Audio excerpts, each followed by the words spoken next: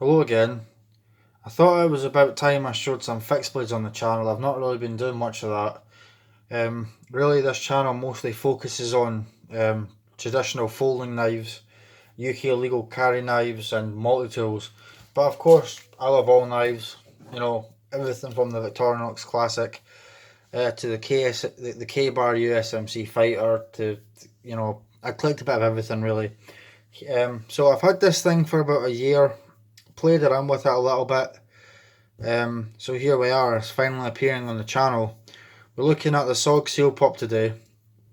This is one of those knives that's been in my scope for God knows how God knows how long, but I finally bought it sometime last year in the summer, I think. And the reason I bought it when I did was because it was on sale. I think these are usually around 60 quid in Britain. Heine at the time, and I think they possibly still might be, maybe not. But at the time when I bought it, I only paid about 40 quid for it. So there we are. So this is quite a nice fixed blade. It's okay for the price, but it's not the greatest of knives. In fact, there's some things I don't like about it, and let's talk about that first. The coating looks nice, but it's crap. The coating is god awful. I don't know what it is, but it rubs off very easily. I had a feeling that it would rub off very easily, so I thought I'd give it a light rub of something right there. On the tang just before it meets the handle, you can see that patch there with a different colour, so it rubs off extremely easily. So as soon as you start actually using this thing, it's going to get scratched up to hell. All that finish is going to come off. In fact, it was almost pointless than putting it on there. This knife is a lot lighter than you'd think. It is a very light knife indeed, and I really have to wonder how far the tang goes. I have a feeling, in fact, I could say with almost certainty this is not a full tang.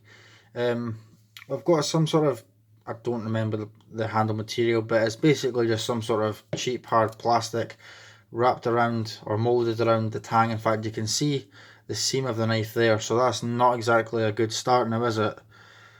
If I can get this to focus properly. There we are. So you can see the seam, although you don't feel it. It's not very pretty to look at. You can't really see it there though, but you definitely can there. The knife is quite comfortable. The grip is quite thin, very well textured. I mean, I've never really had a proper opportunity to give it a good hard test. So, you know how I like to do things here. I like to just stick it in front of the camera and talk about it and give you my opinion on it.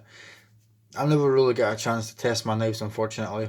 An unusual design for the blade. Not really sure what the purpose of those hills there, for lack of better terminology. Although I do like the shape overall. It's quite a nice clip point, which is effectively flat ground probably. I mean, I just like to look at these things and just guess what the grind is. It comes to quite a nice point, so that's good. So it'll be fairly good for piercing. To begin with, I didn't want one with a serrated edge, but I'm kind of glad I did, because I've sort of realised, kind of within the last 6 months, I realised I don't really have that many knives with serrated blades. And I like to collect things, so I like a bit of everything. I don't really like to focus on anything in particular. In fact, I don't even have a single fully serrated blade. No, that's a lie. I do have one blade that's fully serrated, Spyderco Yuki Piki. But that's the only one. And I've only got a handful of knives that's got a combo edge, and I don't hate them as much as I used to. So the blade is about, well, you know what, I don't even remember. I think it's about a 5-inch blade, and I think the knife overall is around 8 inches. Sure checked, but oh, you know what? I've got another multi-tool here. Let's check. Another SOG. So what we're looking at here, yeah, that's probably going to be about a 5-inch blade, and okay, so it's about a 10-inch overall, and about a 4.5-inch handle probably. We do have, excuse me, we do have a loop there for a lanyard, which is nice. I do like the shape of the handle. Usually I'm not too much of a fan of the finger grooves. But this does feel quite nice in the hand. I mean, I'm more than happy to hold that for quite a long time to use it. There was something else I was going to say there. Oh yeah, we've got this strange texturing right here. It's almost like there's braille on the knife for a blind person. Not really sure why that's there unless it's just for extra grip. Markings on the knife, SOG Sealpup. That's pretty much it.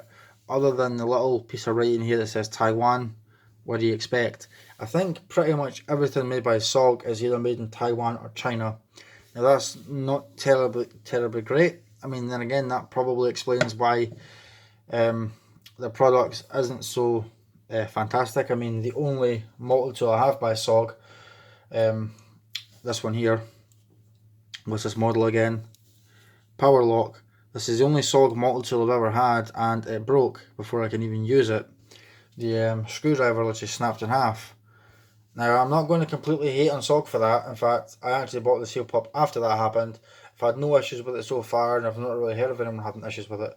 I also have the Fast Talk, which seems pretty nice. I wish I could throw that somewhere, but because of the area I live in, and because of British knife laws being so awful, I don't really have anywhere I could use that, unfortunately.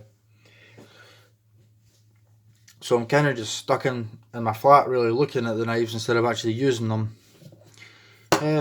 For 40 quid, the knife's alright. You can certainly get much better knives, but I mean, it's kind of iconic, isn't it? I mean, you can get this knife. In fact, perhaps one of you will be able to tell me, because I honestly don't know. Do these knives actually get used by anyone in the US military? I'm guessing by the name Sealpup, it's made for Navy SEALs or something. I honestly don't have a clue, so excuse my ignorance. If anyone cares to educate me on that, go for it. But I was going to say, it is kind of iconic because this knife has made its appearance in a few video games. I'm pretty sure this knife is actually in Battlefield 4, if I remember right. It's one of the knives you can choose in Battlefield 4.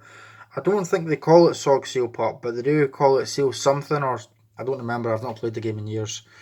So in that regard, it is a wee bit iconic, I suppose, and it's quite an available knife in the States. By the way, if there's anyone in America watching this, you have no idea how lucky you are in terms of knife availability. I mean, it's one thing having your gun rights and all the rest, but holy, you know, come to Britain and try and buy a knife, my God. I don't imagine you'd want to stay here very long, put it that way. I mean, we're very limited in with our options here in Britain. Just not only that, the prices of knives in Britain are just through the roof compared to everywhere actually. Anyway, moving on back to the knife. It did come with the sheath. I usually don't talk about the sheaths on the channel, but I think this one might be worth talking about. It does have the molly nonsense on the back. Not that that's really relevant to me. How do you just... Yeah. So we do have a hard piece of plastic in there, basically to stop the knife tearing up the sheath. So that's probably not a bad thing. It fits in there fine, and obviously we've got the snap here, as well as Velcro. But one of the good things about the sheath is we've got this big massive pocket here. Now obviously you could put a sharpening stone in there, or a survival kit, or anything you like. I think the real intention for this though is for a multi-tool. So again, here's the power lock, and that's why I got it out of the box.